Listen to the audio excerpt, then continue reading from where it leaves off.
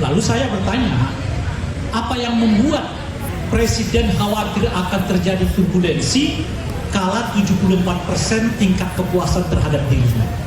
Jawabannya itu cuma satu, harus dicari dari dalam. Karena PDI Perjuangan itu pendukung Pak Jokowi secara administratif. Nasdem itu pendukung Pak Jokowi secara administratif. Tetapi secara politik sekarang tidak lagi. Maka di tengah kepuasan itu mencuatlah kekhawatiran. Karena apa?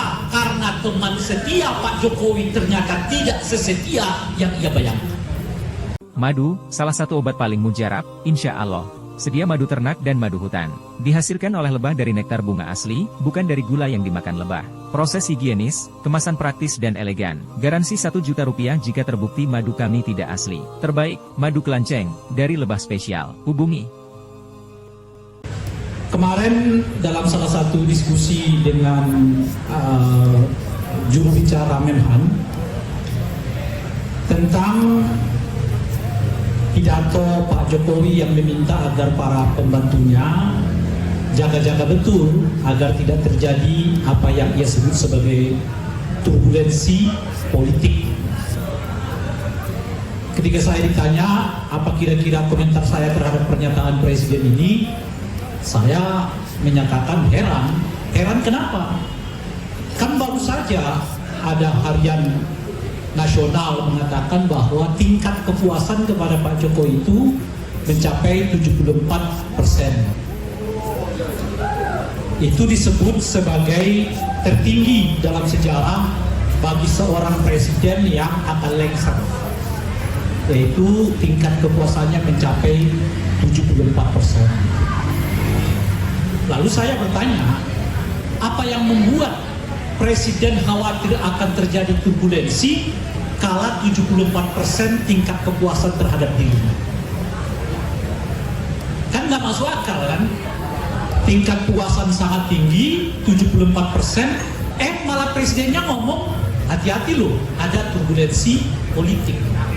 Jadi itu fakta atau fiksi? Ya saya nggak tahu, justru makanya saya tanya. Masa baru saja ada survei yang menyebut tingkat kepuasan kepada presiden 74, tapi si presidennya malah khawatir jangan-jangan ada turbulensi politik. Kan aneh kan? Mestinya tingkat kepuasan kepada presiden itu mencapai 51%, maka presiden akan mewanti-wanti kita punya potensi akan terjadi turbulensi politik loh. Kan kalau itu logik gitu loh.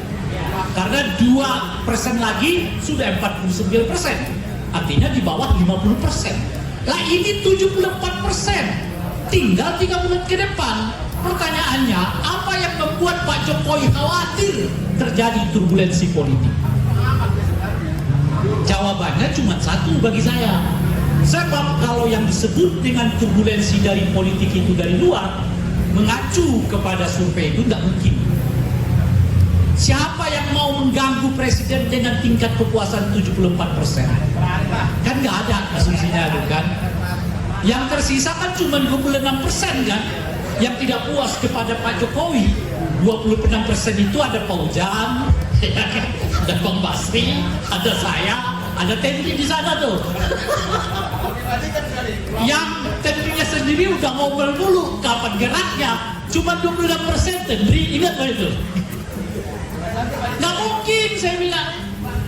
Nah, kalau presiden mewanti-wanti dan khawatir akan terjadi turbulensi politik, jawabannya itu cuma satu, harus dicari dari dalam. Benar nggak itu? Karena dari luar nggak mungkin. Siapa yang membayar? Cuma sisa 26%. Kemungkinan besar itu ada terjadi di dalam. Artinya apa? Artinya kalau terjadi turbulensi politik, besar kemungkinan presiden sedang diganggu oleh orang-orangnya sendiri. Itu logikanya. Dan sinyal itu menurut saya kuat. Saya kasih contoh saat itu. Pertama, dengan cara sangat terbuka, Prabowo mengatakan tidak setuju pada program UKT. Terbuka. Bukan lagi malu-malu, terbuka mengatakan saya nggak setuju dengan kebijakan kenaikan UKT. Kalau saya nanti presiden, sudah jadi presiden, yang belum dilantik kan kira-kira begitu. Saya akan cabut ketentuan itu, bahkan saya akan gratiskan semua uang kuliah bagi perguruan tinggi negeri. Ya kita lihat aja. Itu sinyal pertama tuh. Sinyal kedua, Tapera. Di Tapera tidak ada partai politik pendukung Pak Jokowi secara faktual, bukan administratif. Karena PDI Perjuangan itu pendukung Pak Jokowi secara administratif. Nasdem itu pendukung Pak Jokowi secara administratif. Tetapi secara politik sekarang tidak lagi. Mereka berbeda. Ketika keluar kebijakan Tapera, tidak ada satupun partai politik pendukung Pak Jokowi secara politik hari ini yang menyatakan dukungan terhadap Tapera, meskipun mereka nggak terbuka untuk menyatakan menolak. Dua kan? Yang ketiga, ternyata seluruh praksi setuju budget untuk makan siang gratis cukup 71 triliun di tahun pertama. Itu akan kita lihat itu nanti, karena di kepala orang 450 triliun. Seluruh rakyat Indonesia akan makan siang. Tiba-tiba yang makan siang itu nggak sampai sepertiga. Kebayang nggak nanti itu? Kebayang nggak itu nanti? Dan semua fraksi nggak ada yang menolak, setuju. Cukup kita anggarkan 71%. Ya saya bukan ekonom, saya membayangkan kalau cuma 71%, sementara di kepala orang 71 triliun, sementara di kepala orang begitu Pak Prabowo dilantik, saat yang bersamaan makan siang seluruh anak-anak di Indonesia. Tiba-tiba tergantung siapa yang dapat kupon. Tentunya 71 triliun, artinya nggak sampai sepertiganya kan? Sepertiganya berapa? Dari 450 triliun. 150 ini sepertiganya pun tak ada. Artinya baik kupon.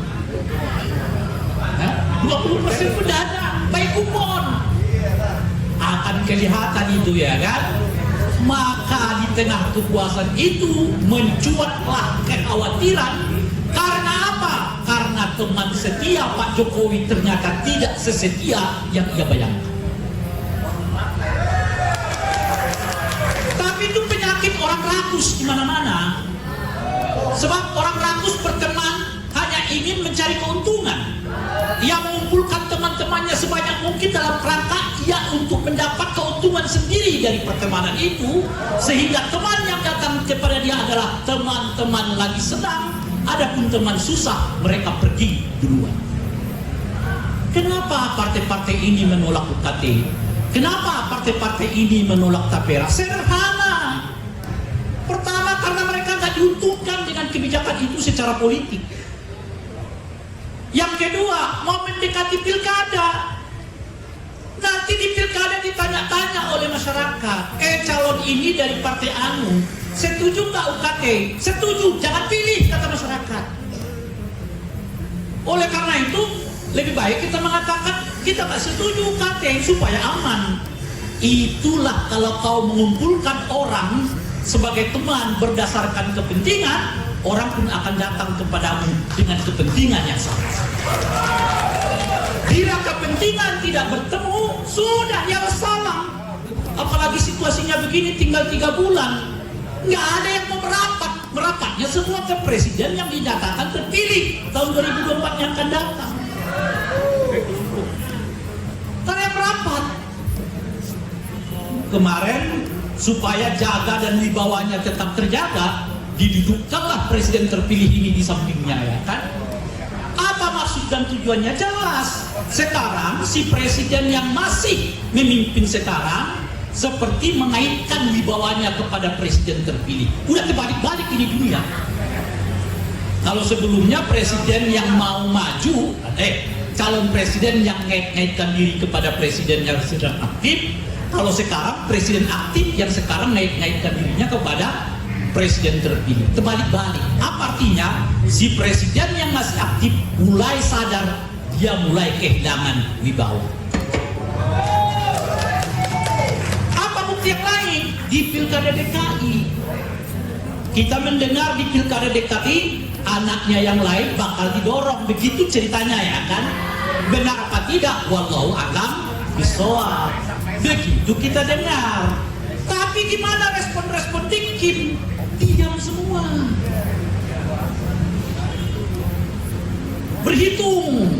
Lah si anak kalau didorong dan dipasangkan dengan si A si B belum tentu menang. Alih-alih menang yang ada malah kita bisa ceplok. Karena apa? Karena di Jakarta basisnya adalah satu kelompok ya PKS yang Islamis, yang kedua kelompok nasionalis di PDI Perjuangan, dan kelompok ketiga adalah kaum intelektual yang jelas-jelas mereka semua adalah anti nepotisme, anti dinasti. Kalau itu dimasukkan ke didorong di Jakarta, ya bakal turun. Maka dicarilah ini kaitannya siapa? Namanya RK Ridwan Kamil ya kan? Moga-moga terpilih. Si Ridwan Kamil juga pintar. Ya baca dulu siapa yang pilih gua di Jakarta kalau pasangannya dia gitu loh kira-kira. Sebab kalau pasangannya dia, pemilih semua kabur. Kaum Islamis milihnya PKS, kaum nasionalis milihnya PDI Perjuangan, intelektual milih siapapun yang penting bukan nepotisme dan KKN. Kabur. Lalu Ridwan Kamil nanya, siapa lagi yang mau milih gue? Gitu ya. Kagak ada kalau di Jakarta. Lebih baik di Jawa Barat, sudah jelas mau menang, kok malah dilepas demi mengaitkan si anak ini. Jadi si Kimnya sekarang, partai-partai pendukung Pak Jokowi ini pusing, nggak ada tokoh, sementara anak harus dicalonkan. Akhirnya pada diam semua. Nah, tapi nggak bisa dipastikan. Kenapa? Wibawa presidennya juga mulai turun. Ketika survei yang sama mengatakan tingkat keterpilihan seseorang mencapai 54% kalau dikaitkan dengan Pak Jokowi, kira-kira begitu, semua partai-partai mengatakan beda cerita nih kalau ini soalnya. Lah ini ceritanya. Kalau di Pilpres semua orang mengatakan saya orangnya Jokowi loh, ya kan? Sebab kalau 54-60% itu artinya dia bisa menang langsung. Tapi begitu survei mengatakan 54% wibawa Pak Jokowi masih bisa dipergunakan demi kepentingan pilkada, para partai-partai termasuk di dalamnya partai pendukung Pak Jokowi secara politik itu mengatakan ini ceritanya udah beda. 50% itu nggak ngaruh. Nggak ngaruh di Jakarta, nggak ngaruh di Sumatera, nggak ngaruh di Kalimantan, nggak ngaruh di Sulawesi. Lalu 54% ini buat apa? Karena ada gunanya bagi kita, kata mereka. Makanya mereka sekarang mengatakan justru terus terang, ya tentu Pak Jokowi tetap penting. Nah itu namanya diplomasi. Tetapi di pilkada kita harus cari orang yang elektabilitasnya tinggi, dan jika elektabilitasnya tinggi bertemu dengan kawan-kawan yang lain pun tak apa-apa. Artinya di pilkada partai pendukung Pak Jokowi dan anti Jokowi bisa ketemu. Yang nggak bisa ketemu itu jelas PDI Perjuangan dengan Jokowi. Nggak bisa ketemu kalau sekarang ini. Yang nggak bisa ketemu itu adalah pendukung anti nepotisme dengan pendukung nepotisme. Nggak bisa ketemu. Nah, ini ciri-ciri yang saya sebutkan tadi. Jadi kalau presiden khawatir, dia layak khawatir karena ternyata teman-temannya nggak sesetia yang dia bayangkan.